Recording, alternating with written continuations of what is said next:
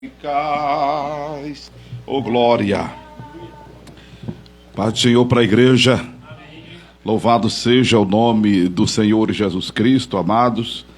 Pela misericórdia de Deus, estamos novamente celebrando a Jesus nesta noite abençoada, não é?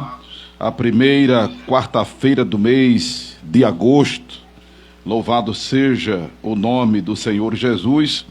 E como os irmãos sabem, é a ceia do Senhor, não é? Que nós que congregamos aqui no templo do corpo de Cristo, neste ponto de pregação, louvado seja o nome de Jesus, na residência da nossa irmã Zefinha, celebramos, para a glória de Deus, a ceia do Senhor Jesus. Amém? E glorificamos a Deus por esta oportunidade. A gente vem desenvolvendo um seriado, né, sobre o beabá da fé. Né? Eu até pensava em encerrar esse seriado há alguns dias, mas muitas coisas têm vindo ao coração para nós compartilharmos, para nós tratarmos com os irmãos, em o nome de Jesus Cristo. Louvado seja Deus. E se os irmãos perceberem, os irmãos que têm vindo ao culto, e os irmãos que estão acompanhando este seriado pelo Facebook ou pelo YouTube da igreja, não é? Quando é postado pelo nosso produtor, o irmão Luciano Ricardo, para quem eu mando um abraço. Se os irmãos perceberem o conteúdo da abordagem, louvado seja Deus, os irmãos vão ver que esta palavra que nós temos trazido pela misericórdia de Deus, ela tem sido relevante, não é? Não só para quem é novo convertido, mas para nós, que já temos algum tempo de convertido, né? Para nós que já estamos há algum tempo na fé. Quanto tempo o senhor tem na fé, irmão Anísio, que está nos visitando? Quanto tempo o senhor já tem de fé? Rapidinho, só o tempo. Quanto tempo o senhor já tem, assim? Quantos anos? Glória a Deus. Mais de 50 anos. Quanto tempo você tem de fé, Luiz Carlos? Já fala um tempinho também, né? Mas assim, precisar mais ou menos. 2006, né? Então faz as contas, menos 23, dá, né? Aproximadamente 2006? 2006 para 2023, João, que é melhor de material, porque eu estou falando e pensando e cuidando da transmissão, né? Mas dá aproximadamente o que? 6, 18, 17 anos. 17 anos, né? 17 mais 6, 23. Aleluia. Não estou ruim, tão ruim de matemática, não, né? E falando, porque fazer esses cálculos assim, falando, pensando na transmissão, é assobiar e chupar cana, né? Glória a Deus. Quanto tempo já tem de fé, João? Glória a Deus, né? Às vezes esquece, em 5, 6 anos, 8, né? Algum tempo assim. Amém? Glória a Deus. 2015, aí é matemática demais para a cabeça do pastor. Né? Então fazem exatamente 8 anos. Amém? 2015 para 2023, 15 mais 8, 23. Fica fácil a matemática assim, né? E as meninas que estão atividades ali já têm também um tempinho na fé. Mas a gente já ministrou que a gente deve cuidar dos princípios de quando a gente abraçou a fé, para a gente não esmorecer no processo da caminhada, que é longa, não é? E se a gente, depois de tanto tempo, depois de 16 anos, depois de 50 anos, depois de 8 anos, depois de 32 anos, não cuidar, a gente, irmão, esmorece, a gente, o pavio que fumega se apaga, não é? Se a gente não cuidar, a gente para na caminhada. E a ideia, louvado seja Deus, de cultuar, de estar orando, de estar lendo a Bíblia, é exatamente para nos mantermos firmes, é exatamente para nos mantermos de pé, é exatamente para nos mantermos acesos, é para justamente conservarmos alvas as nossas vestes, não deixando faltar o óleo sobre a nossa cabeça. A ideia é exatamente de estarmos nos revestindo das armaduras de Deus, para estarmos sempre firmes contra as astutas ciladas do maligno. Amém? Louvado seja o nome de Jesus. Então, tem sempre alguma coisa que está vindo ao coração que eu tenho achado importante nós pontuarmos aqui. Então, não sei até quantas partes vão este seriado. E como hoje é ceia do Senhor, me veio ao coração trazer uma explicação sobre a necessidade do batismo nas águas e desmistificar uma coisa que, infelizmente, não sei hoje, mas na minha época, os antigos, então há 32 anos atrás, né, eu estou falando de pessoas que pensavam de um jeito bem arcaico, um jeito bem misericórdia, religioso, um jeito bem tradicional. Porque, por incrível que pareça, não havia tanta leitura de Bíblia. Não é? Até pelo analfabetismo do nosso país. Hoje, supostamente, a gente está num país, digamos, com índice de alfabetização um pouquinho maior, né? E existe até uma necessidade de se ler mais a Bíblia, principalmente pelos obreiros, pelos pregadores, pelos pastores. Porque ainda, quando eu me converti, por exemplo, há 30 e tantos anos atrás, a maioria dos pastores, que, por sinal, pastoreavam a denominação que eu fazia parte, não eram tão alfabetizados, não tinham tanta leitura. Hoje, não faço mais parte dessa igreja há muitos anos, dessa denominação, mas hoje há uma exigência que até para ser um auxiliar de trabalho é necessário ter, no mínimo, o 2º grau completo. Né? E para ascender a alguma função eclesiástica é necessário que tenha pelo menos o curso básico em teologia. E se for para a linha de pastor, aí ele tem que ter realmente um conhecimento mais apurado. Mas ainda hoje há uma problemática que eu estava conversando com um colega, que há muita repetitividade das pessoas de falarem o que escutam, ao invés de ler a Bíblia. Né?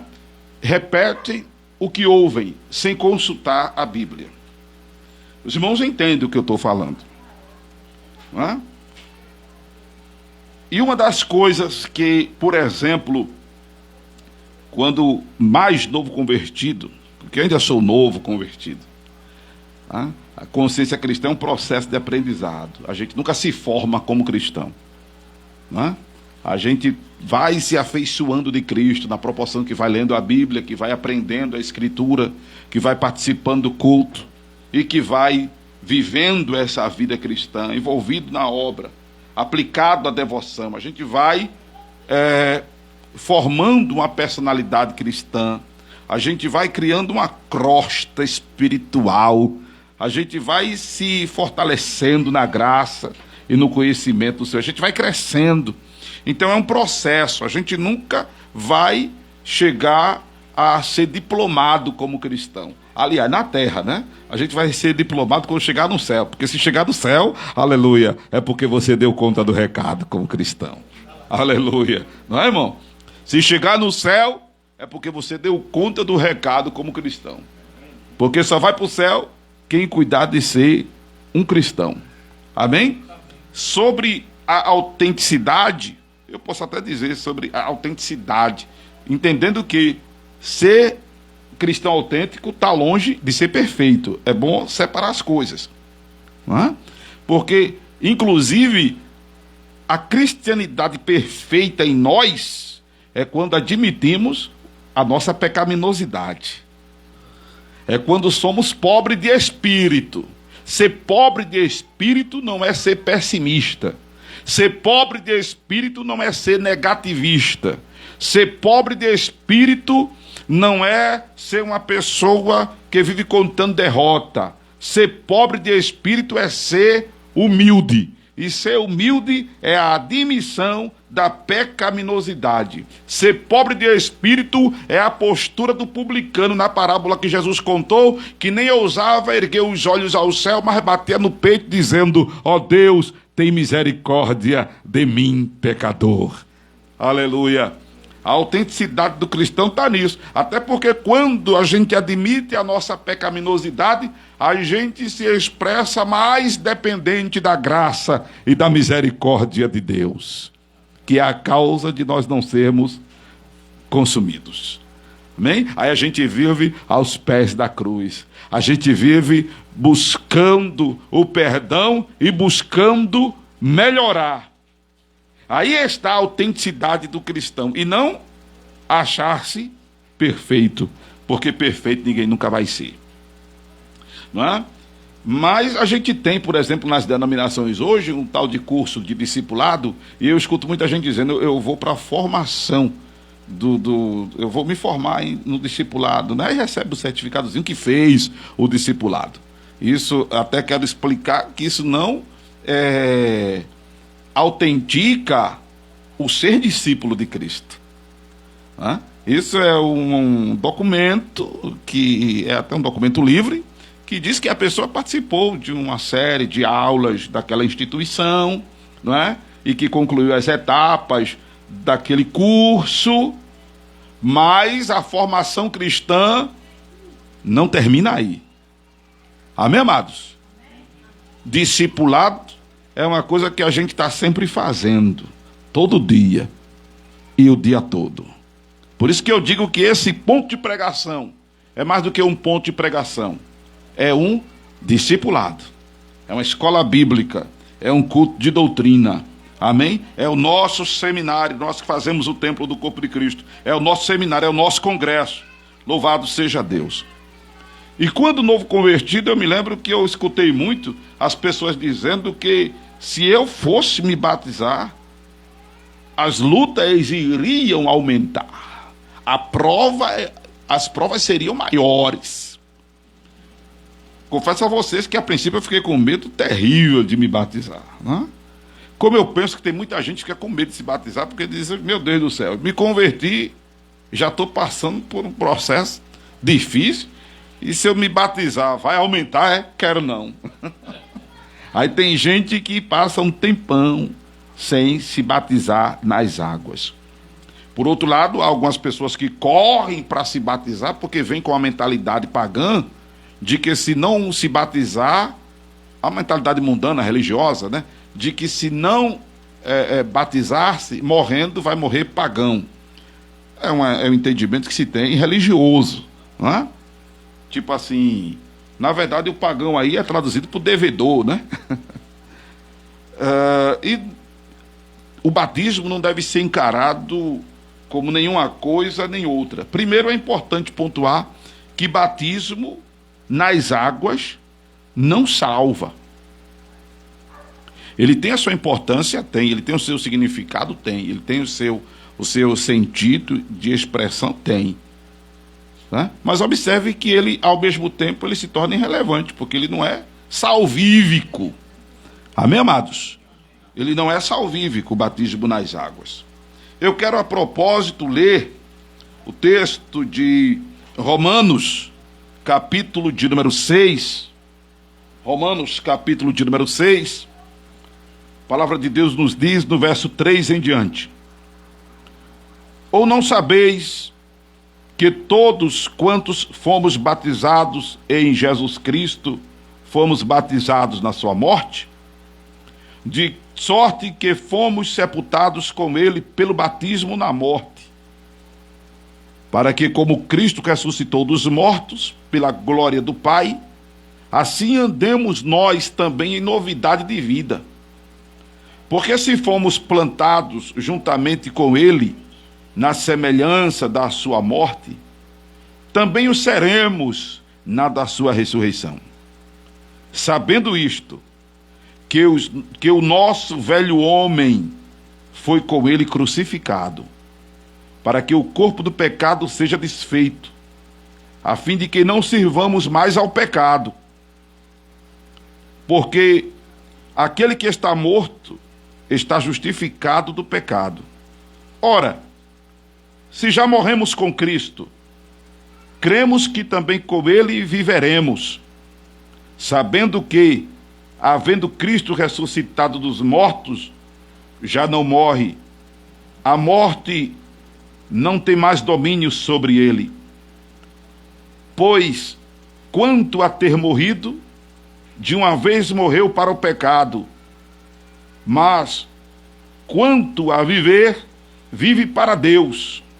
Assim também vós, considerai-vos como mortos para o pecado, mas vivos para Deus, em Cristo Jesus, nosso Senhor.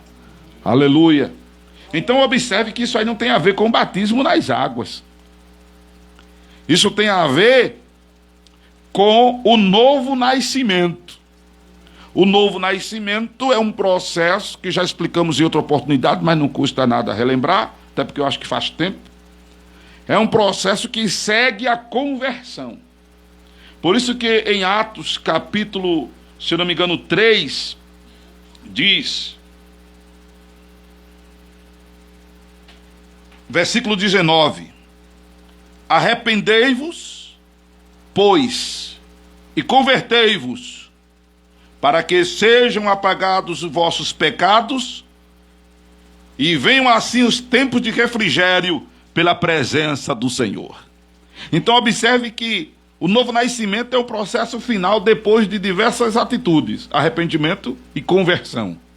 Eu me arrependo, que uma vez pregando o irmão Luiz Carlos disse, como usou aqui a expressão, é o marco zero. Arrependimento é voltar ao marco zero, não o marco zero do Recife, mas o marco zero da vida, das ideias, dos conceitos, né? Dos princípios, das atitudes, das ações, das reações. É se refazer, é se repaginar. Louvado seja Deus. É começar do zero. Arrependimento é isso, não é? E aí vem a conversão. Me arrependi, agora estou resolvido mudar. Converter é mudar. Amém? E aí, essa mudança, eu devo agora relacioná-la à palavra de Deus. Vou mudar a partir de um referencial.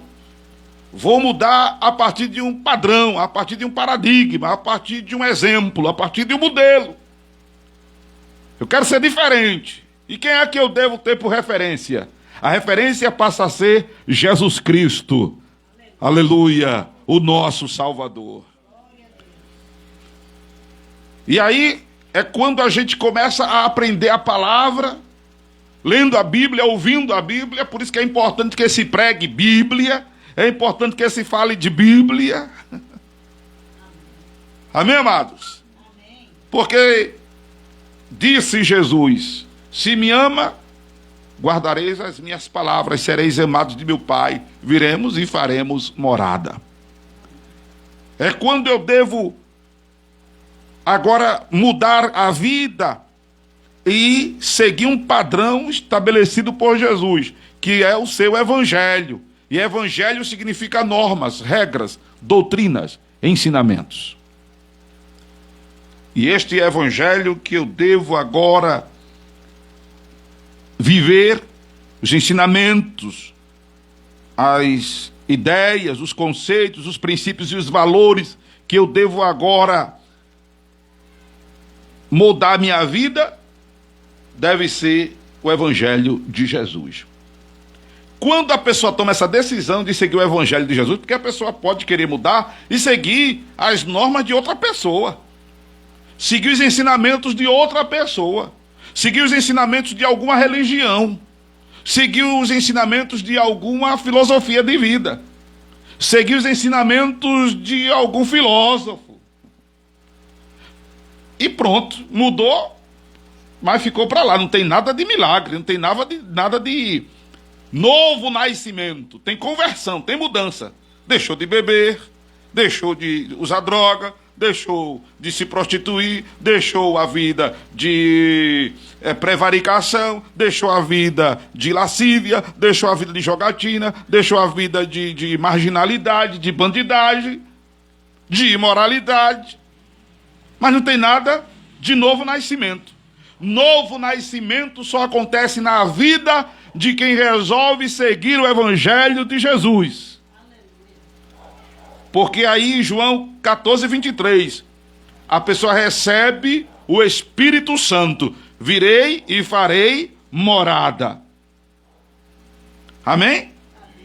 Esse virei e fazer morada é Deus, é Jesus, é o Espírito Santo, como disse irmão Luiz Carlos, é um só, habitando na pessoa. Une-se ao Espírito da pessoa. Essa união do Espírito Santo, que é Deus, com o Espírito humano, é o que a Bíblia chama de novo nascimento. E aí a pessoa passa a andar em novidade de vida. Primeiro ela recebe o Espírito Santo. Claro, ela tem o seu espírito, ela tem a sua consciência, ela tem a sua personalidade, ela tem o seu caráter, mas ela percebe que algo diferente, aleluia, aconteceu a partir daquele momento que alguém orou por ela, ou ela se decidiu viver para Jesus. Aconteceu, não foi assim com vocês. Não foi depois que frequentou vários cultos. Não foi depois que leu a Bíblia toda, se é que leu ainda a Bíblia toda, não vou nem perguntar aqui. Ou vários capítulos da Bíblia. Não, foi depois que se dobrou o joelho e se levantou.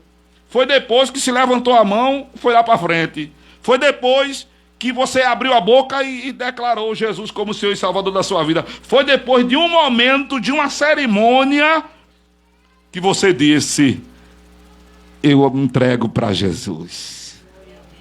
Você percebe logo a mudança. Precisa de dias. Não. Claro que com o passar dos dias, você vai percebendo diferença em você. As pessoas vão percebendo diferença em você. Você começa a mostrar-se diferente. Porque é o Espírito Santo se afeiçoando em você. E você lendo a Bíblia, e você vai melhorando aos pouquinhos. Aos pouquinhos. Quem ainda está no processo de melhoramento aqui? Eu ainda estou no processo de melhora. Aleluia. Amém, amados? Glória a Deus. Por isso que toda vez que a gente ceia, é importante a gente fazer aquilo que Paulo recomenda: examine-se, pois, e assim coma. E esse examinar-se é a gente cuidar de detectar as áreas em que ainda precisamos melhorar. Amém, amados? É as áreas em que ainda precisamos nos corrigir. São as áreas que ainda precisamos moldar à luz da Escritura Sagrada. Por isso, não podemos ficar sem cear, porque, como já foi dito nessa noite pelo irmão Luiz Carlos, é botar Jesus para dentro. E quando a gente se enche de Jesus, o que não presta, sai. Aleluia. E o texto fala desse evento que é o novo nascimento, que a Bíblia chama de morrer com Cristo. Morrer com Cristo é o batismo em Cristo. É Romanos, que a gente leu, né? O capítulo de número 6. É o morrer com Cristo. É o ser batizado em Cristo. É o ser sepultado com Ele pelo batismo. É ser ressuscitado com Ele na sua ressurreição. Isso aqui não tem nada a ver com o batismo nas águas, não. Isso aqui é o episódio da conversão, concomitantemente o novo nascimento, porque você resolveu seguir o Evangelho de Jesus. E o batismo nas águas, pastor? Qual a importância do batismo? Ora, o batismo nas águas é importante porque ele é uma cerimônia visível, né? Física, material desta decisão. Aí é onde ele tem a sua importância e a sua necessidade de fazê-lo sempre que houver oportunidade de fazê-lo, se você não fez ainda, não é? Mas ele não é salvífico. Mas quero dizer para quem não é batizado, não empurre esse momento com a barriga. Porque se você já morreu com Cristo, já foi sepultado com Cristo, já ressuscitou com Cristo, você morreu por pecado, não é? A gente não morre por pecado depois que a gente é batizado. A gente morre por pecado no ato da conversão, da decisão. Amém, amados? Então, o que custa sepultar esse defunto? O que custa sepultar o defunto? O defunto é para ser sepultado. Amém? E há uma simbologia do batismo nas águas. O batismo nas águas é uma simbologia que é importante. A gente humano não entende muito, a não ser que estude um bocado para poder entender, ou então a mente se abra assim na revelação de Deus para entender. Mas os anjos entendem. Os demônios também entendem. E Deus entende muito mais. Porque quando a pessoa se batiza nas águas, ela está dizendo para o mundo espiritual que realmente, e para o mundo social, para o mundo, para a igreja, que realmente ela está decidida, resolvida internamente a viver para Cristo.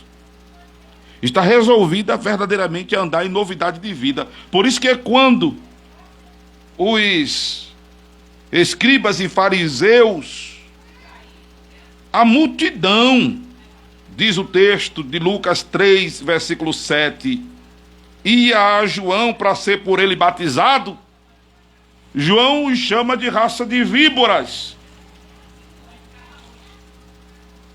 E lhes pergunta: quem vos ensinou a fugir da ira que está para vir?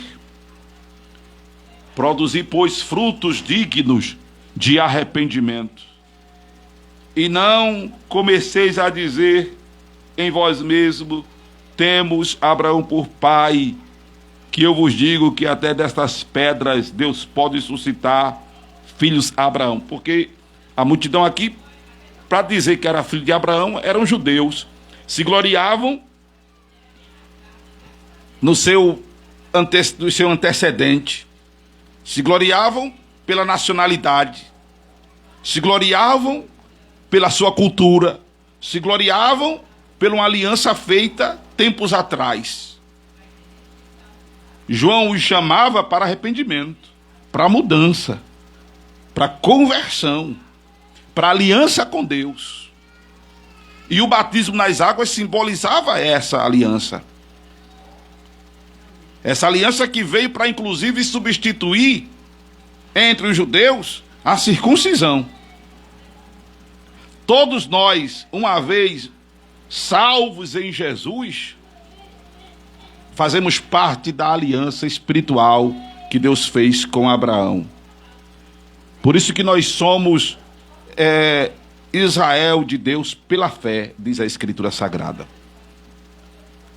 Mas eu quero dizer, voltando a desmistificar a ideia de que se batizando as provas aumentam, é mentira, viu, irmãos? Mentira. Se batize em nome de Jesus. Aleluia. Porque perceba que só o fato de já ter se convertido, a batalha está travada. A guerra espiritual está travada. Não existe moleza para quem é batizado e para quem não é batizado. Amém, amados? O inimigo não é mais inimigo de quem é batizado do que de quem não é batizado. O inimigo é inimigo de todo crente. O inimigo é inimigo de todo crente. Agora, existe diferença em um crente mais dedicado, em um crente mais aplicado, do que um crente relapso, do que um crente carnal, do que um crente mundano. A diferença do crente que procura se espiritualizar. A diferença de quem procura ser mais agradável a Deus. A diferença de quem procura ser crente para ir morar no céu, de que com crente que não está nem aí.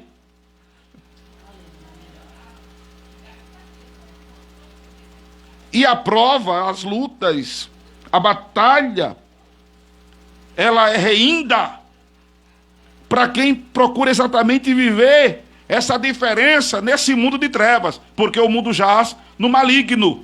E nós estamos no mundo, mas não somos dele, por isso que tudo se torna muito difícil. Não pense que a vida será mar de rosas, que não é. Mas eu digo que Jesus, quando não abre o mar, faz a gente andar por cima das águas. Aleluia.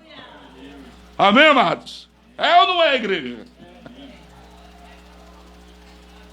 Isso não é porque é batizado ou não é batizado. Isso é simplesmente porque é crente.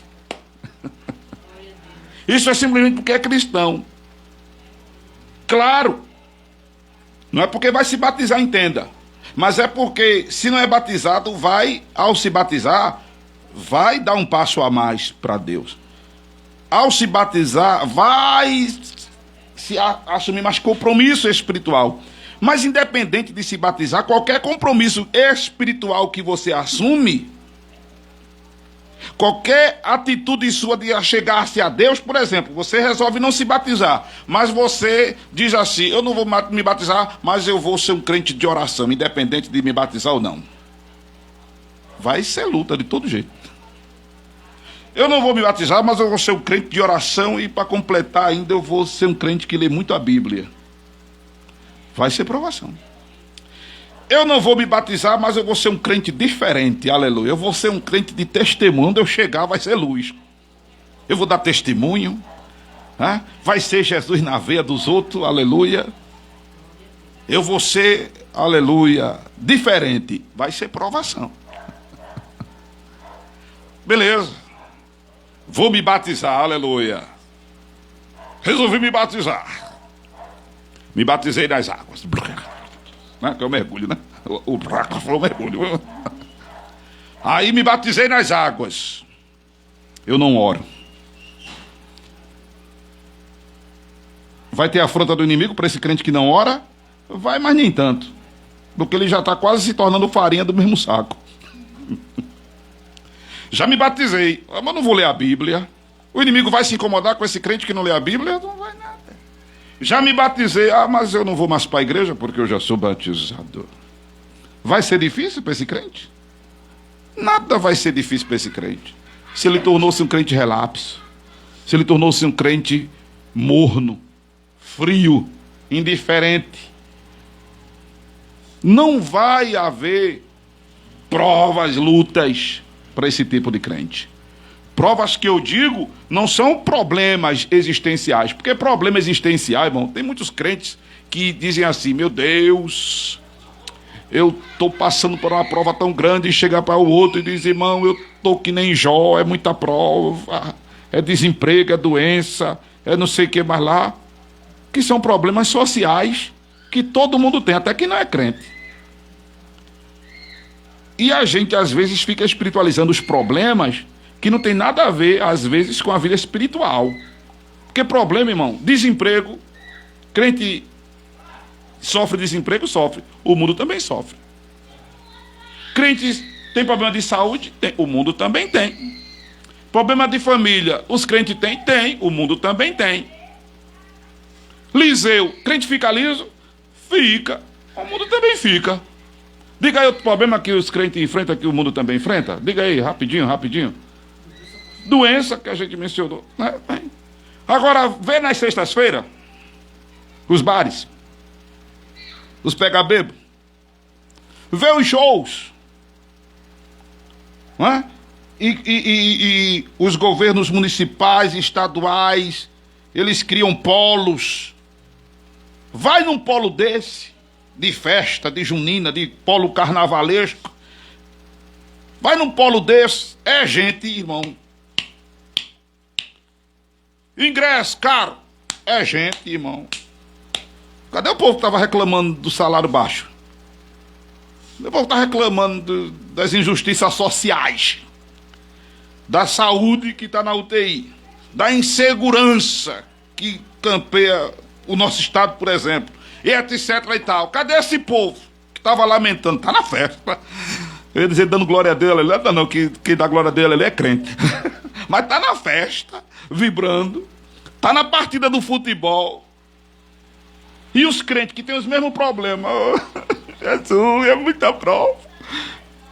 E tem uns que dizem assim, eu estou já desistindo. Eu estou já desistindo, irmão, eu estou já parando.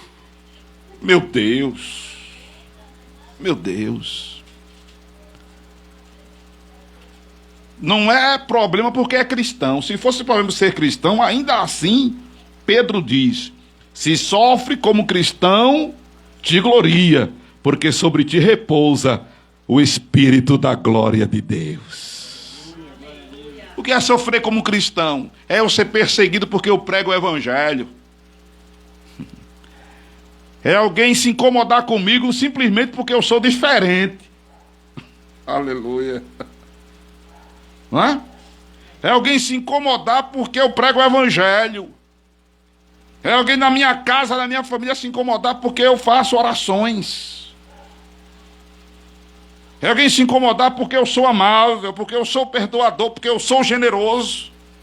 Aí eu estou sofrendo perseguição por causa do evangelho, no trabalho, na família, na rua, na escola, no cursinho, na faculdade. Mas as outras coisas, irmão, não são provas, não. São problemas sociais que todo mundo enfrenta. E o crente ainda tem uma vantagem na frente das pessoas, que é a oração. Que é a oração. E que deveria ter o conhecimento de Deus, como Jesus disse. Não vos andeis solícitos, ansiosos, inquietos pelo dia de amanhã, porque quem vive assim são os gentios. E quem são os gentios? São pessoas que não conhecem Deus, porque quem conhece Deus sabe que Deus é provisão. Aleluia, que Ele vai suprir a necessidade. Porque as nossas vidas, aleluia, são mais importantes do que as aves do céu, que não semeiam nem ceifam, e o Senhor as alimenta, e mais importante que os lírios do campo, que a sua glória é hoje, mas amanhã seca-se e são lançadas no fogo. Mas Deus cuida de nós, mais excelente do que dos lírios do campo e do que das aves do céu. Quem conhece Deus não se aperreia, não se desespera. Melhor dizer, até se aperreia, mas não se desespera. Aleluia. Porque conhece o seu Deus, aleluia, que já tirou muita gente de muita prova, e quando não tirou, entrou com ele. Não tirou Sadraque, Mesaque e Abednego da fornalha, mas entrou com ele. Não tirou Daniel, não evitou Daniel da cova dos leões, mas entrou com ele. Aleluia, glória a Deus. Estava o mar na frente de Moisés e o povo, ele abriu o mar. Aleluia, louvado seja Deus. E eu quero dizer que Deus faz assim na vida do crente. Opera milagre, opera maravilha. Quem crê nisso dá glória a Deus aqui nesta noite. Então, meu querido irmão, novo convertido, e nós que já estamos há algum tempo na fé, não tenhamos medo das adversidades. Amém? Nos acheguemos a Deus e creia, Ele está conosco. Louvado seja o nome de Jesus. Amém? Creia tão somente, Ele está conosco. Louvado seja Deus, louvado seja Deus. Eu ia pedir para o Luiz Carlos fazer isso, mas como eu não instruí ele antes, eu mesmo vou tentar fazer, que o nosso assistente hoje, ele não está aqui, né? O Felipe, mas dá para a gente desenrolar aqui a guerra. Amém? Louvado seja Deus. Então, faça isso, meu irmão. Faça isso, minha irmã. Busque a Deus. E você que não é batizado, cuide de se batizar. Para mostrar para os anjos, para os demônios, para a sua família, para a igreja, para a sociedade, que mais do que nunca a sua vida pertence ao Senhor Jesus. Amém? Glória a Deus.